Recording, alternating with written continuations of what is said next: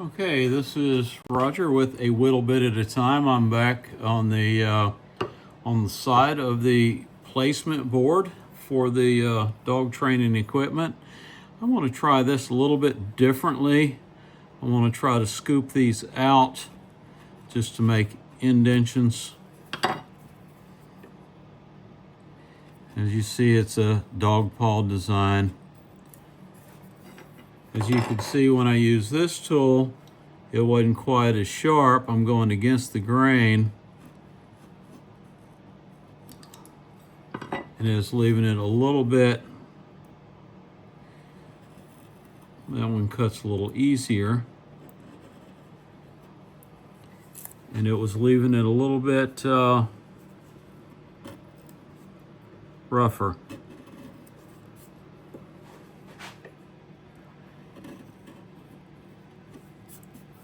So I want to try to cut these out. Just take the edge of the tool, follow along the curvature of the dog paw there, went outside the line a little bit. So I'll just make this one a little bit bigger to line up to it. Just a little bit there. And the more you can make the bottom edges even, the less sanding you will have to do. You can make them smoother.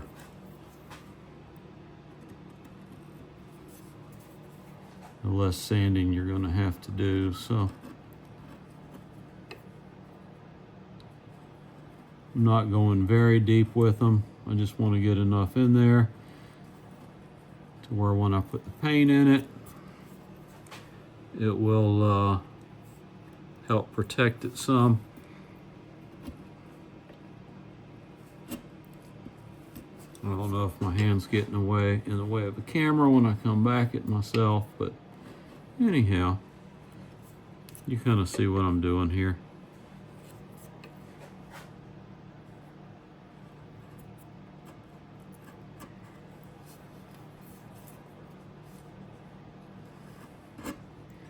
I'm just going to try to do a shorter video of doing one of the dog paws and then one of the dog paws with the heart. I don't cut or edit anything because I don't know how. I don't have a program to download this on the computer to figure all that out, nor do I have time to do that.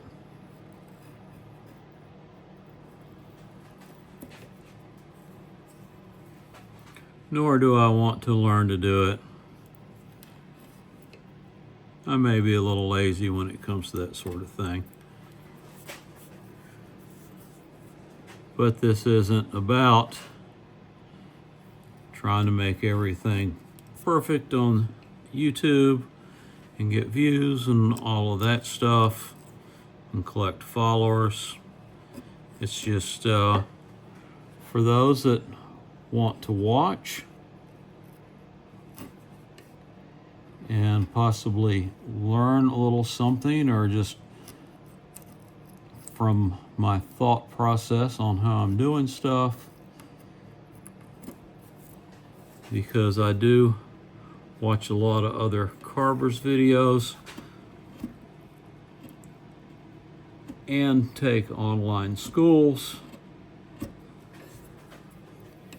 And on the editing of those videos and things of that nature, a lot of times I'll go, oh, I'm carving here, and the next thing you know, it's a perfectly done, and you really don't get to see the process or the thought process or how they go about, and the challenges going from like the softer, lighter wood to the harder, darker wood like here that tends to split, and how they get everything nice and round and smooth.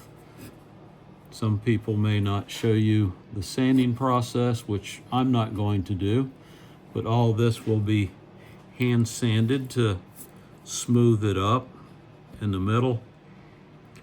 But the more you can smooth it with your tools,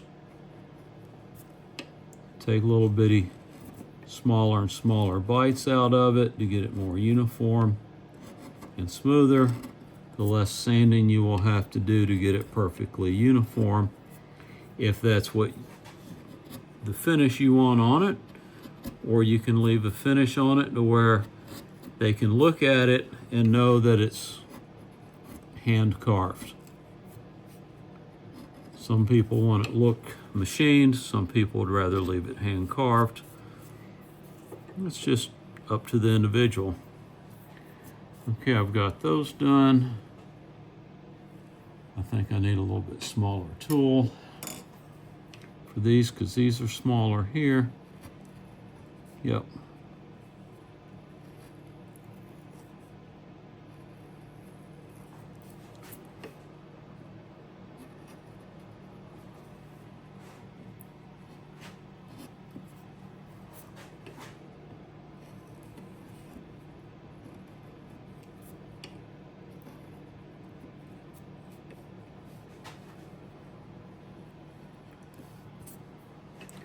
I do have electric tools like Dremel type tools, rotational type tools.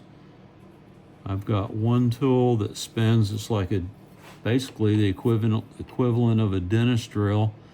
It spins 50,000 RPM that I use for some woodwork. Some carvers will consider it cheating.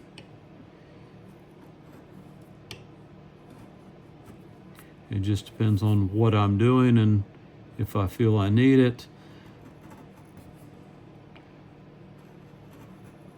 I really don't like using it unless I'm outside because it does create a lot of dust. I do have a dust collector for it that helps if I use it in here in the garage.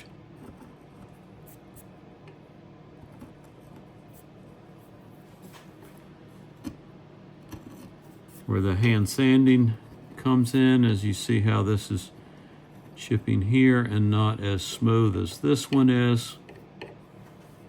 I don't know if you can see that from here. Let me take you in on it. How this is not as smooth as this with the gouge. It's tending to pop up. I don't know if that's just that section of wood there. I'm going to move on to the next one and see.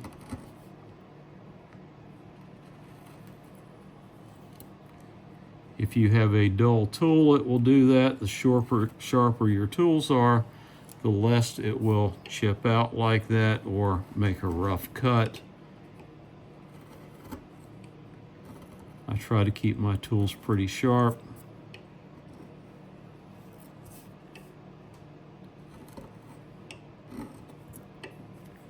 I think that's just a, try a different tool.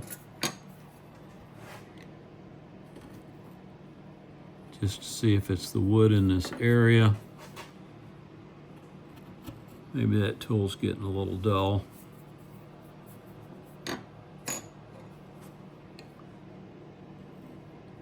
But no matter what tool I use, it's still flaky, which you get that with the kiln dried lumber.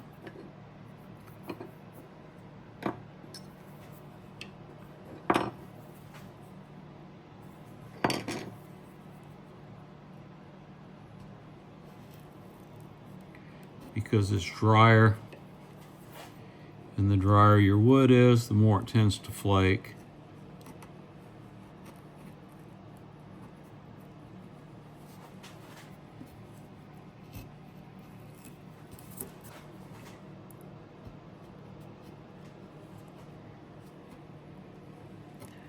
A lot of times it's hard to go between, you'll see a dark line and then a lighter line of the wood.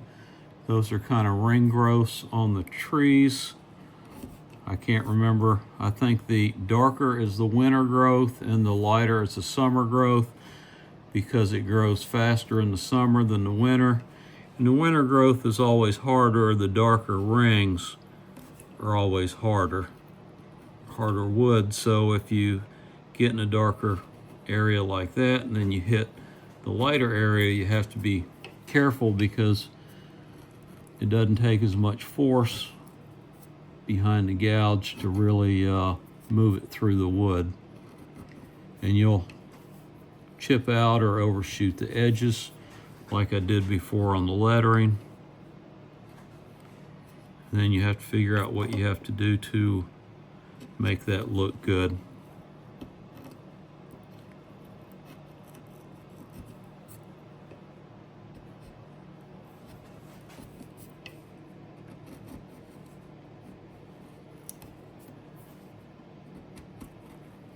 Just trying to clean that up.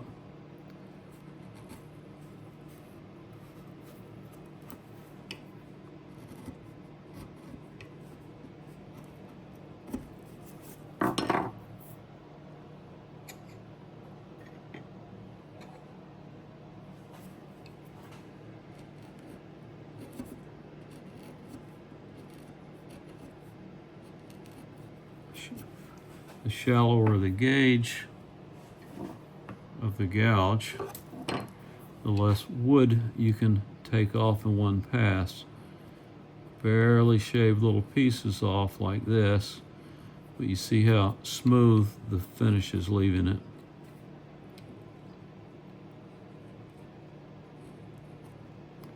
I just wanted to even that up a little bit. Okay. Now I want to do a V gauge, or V gouge instead of a U gouge. Come in here.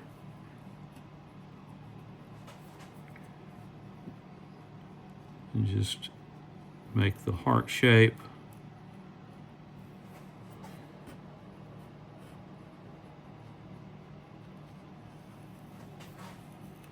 Hit softer wood, it goes a lot easier. Come from the point here, up into there and stop it. Now that's real hard right there. I'm pushing pretty hard and I'm wiggling the tool to get it through.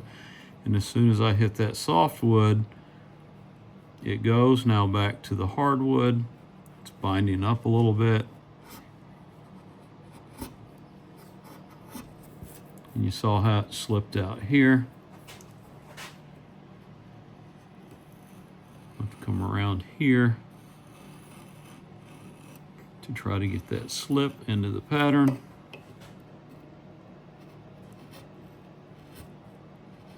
Of the heart, fortunately it's in a good part of the heart where it's wider.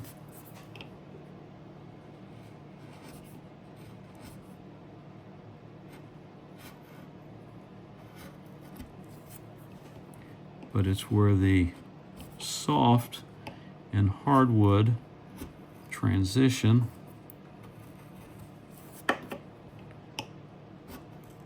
So it's a little hard to get all that right.